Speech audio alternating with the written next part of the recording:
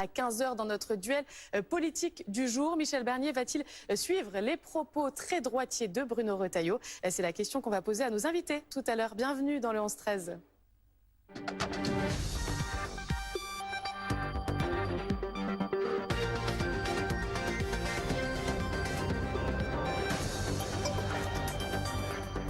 Rendez-vous donc à 15 h pour entendre le Premier ministre dans le chaudron de l'Assemblée. Il va détailler sa feuille de route, sa déclaration de politique générale. Pour l'heure, le nouveau gouvernement est réuni en ce moment même en Conseil des ministres à l'Élysée. On y rejoint tout de suite Julien Gall. Bonjour à vous. Julien, c'est un Conseil des ministres forcément qui va donner le ton de cette journée.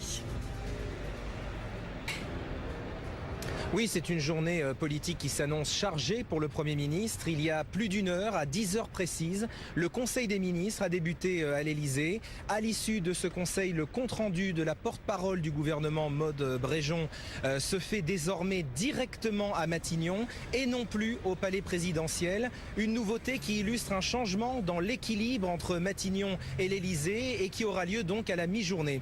Et puis ensuite, Michel Barnier prononcera sa déclaration de politique générale devant les députés. Ce sera à 15 h et c'est l'autre événement politique très attendu aujourd'hui. Merci beaucoup Julien. Donc on viendra vous revoir évidemment tout à l'heure. Journée décisive pour Michel Barnier. À quoi faut-il s'attendre?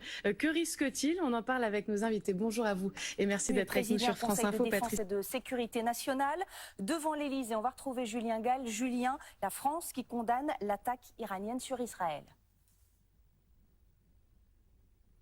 Oui, Emmanuel Macron a condamné avec la plus grande fermeté les nouvelles attaques de l'Iran contre l'État hébreu. Le chef de l'État qui déclare dans un communiqué que la France a, je cite, mobilisé hier ses moyens militaires au Moyen-Orient pour parer la menace iranienne. Le président français a également exigé que le Hezbollah cesse ses actions terroristes contre Israël et sa population. Et il demande aux autorités israéliennes de mettre fin au plus vite à leurs opérations militaires, appelant plus largement tous les acteurs impliqués dans la crise au Moyen-Orient à faire preuve de la plus grande retenue. Fin de citation. Enfin, sachez que la France organisera très prochainement une conférence de soutien au peuple libanais et que le ministre des Affaires étrangères, Jean-Noël Barrot, se rendra à nouveau au Moyen-Orient dans les semaines à venir. Merci beaucoup Julien Gall en direct petit à petit de à se l'Élysée. dessiner. C'est de ça qu'on va parler ce matin en direct de Bercy. On va rejoindre notre journaliste Julien Gall. Bercy, c'est le ministère de l'économie et des finances. C'est pour ça que vous êtes là-bas, Julien. Qui va devoir faire un effort? Où est-ce qu'on trouve les 60 milliards d'euros? Eh bien, il y a plusieurs pistes, Lucie. D'abord, il y a les 20 milliards de hausse d'impôts. Ensuite, il y a le gel des dépenses. Ça représente 7 milliards d'euros. Certains ministères, comme celui du Travail, vont devoir couper 2,3 milliards d'euros, rabotés notamment sur les aides à l'apprentissage. Le gouvernement promet aussi une baisse des effectifs sans préciser où exactement, mais cela signifie que des départs à la retraite de fonctionnaires ne seront pas remplacés.